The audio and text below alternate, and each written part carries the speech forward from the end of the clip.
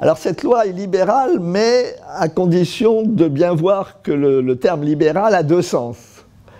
D'abord, le terme libéral s'oppose, alors un terme qui n'est pas familier dans le vocabulaire, qui est le terme intégralisme. Bon, dans le vocabulaire courant, on parle plutôt d'intransigeant, mais intransigeant, ça connote souvent un jugement de valeur, donc je préfère parler d'intégralisme. L'intégralisme, c'est une vision où la religion surplombe la société civile et dicte un peu ses normes à la société civile. Bon, et dans l'Église catholique, par exemple, il y a un intégralisme foncier, puisque ce qui est considéré comme étant le droit naturel est dicté par l'Église catholique. Le refus de la contraception, le refus de l'avortement, le refus du mariage de personnes de même sexe, etc., c'est pas considéré comme lié à une dogmatique catholique qui serait valable que pour les catholiques, mais c'est considéré comme étant du droit naturel et donc qui serait valable pour toutes les femmes et les hommes de bonne volonté. Donc un historien, Émile Poulain, un historien du catholicisme, parle de régime de catholicité. Bon. Il y a rupture avec ce régime de catholicité dès Napoléon Bonaparte, dès moi ce que j'appelle le premier seuil de laïcisation, c'est-à-dire le fait que la loi est une loi civile. Et le doyen Jean Carbonnier, personnalité éminente du protestantisme de la seconde moitié du XXe siècle, aimait à rappeler cela, que le code civil ne se réfère pas à la religion et que la loi est déjà laïque dès le début du XIXe siècle. Simplement, il y a un service public de la religion organisé par l'État, payé par l'État et qui a évidemment des devoirs vis-à-vis de l'État. Bon.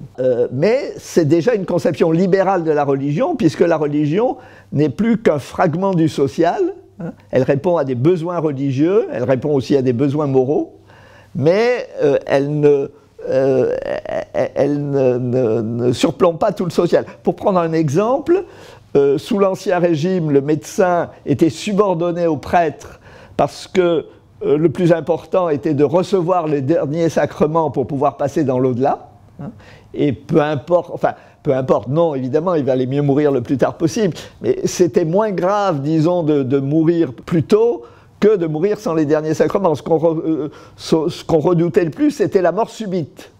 Parce que la mort subite, vous mourrez sans les derniers sacrements, et donc vous risquez d'aller rôtir en enfer. Progressivement, à partir de la loi de 1803 qui interdit l'exercice illégal de la médecine, la conception sociale de la mort va changer, et la mort va être la fin de la vie à retarder. Et donc, le médecin va être plus important socialement que le prêtre. Et l'au-delà, on a le droit d'y croire, mais c'est une croyance privée, c'est une croyance personnelle. C'est plus une croyance sociale, c'est plus une évidence sociale. Donc, il y a déjà cette vision libérale de la religion, philosophiquement libérale, issue de John Locke, issue des Lumières, etc., qui s'impose avec le premier seuil de la laïcisation.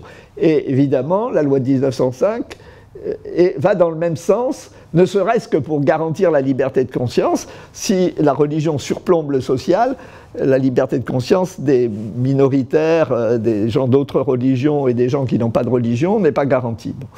Mais le terme libéral a évidemment un autre sens, qui est le rapport aux libertés.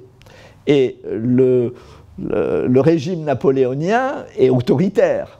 La loi de 1905 est également libérale dans le second sens, et elle a été le projet de la commission était assez libéral, mais le libéralisme s'est accentué lors des débats parlementaires. Au bout du compte, la religion a été mise autant que faire se peut dans le droit commun, avec des dérogations dues aux spécificités, si vous voulez, de la religion, mais souvent ces dérogations sont plus en faveur de la religion qu'à l'encontre de la religion. Donc on peut dire qu'effectivement, la loi de 1905 est libérale dans les deux sens du terme.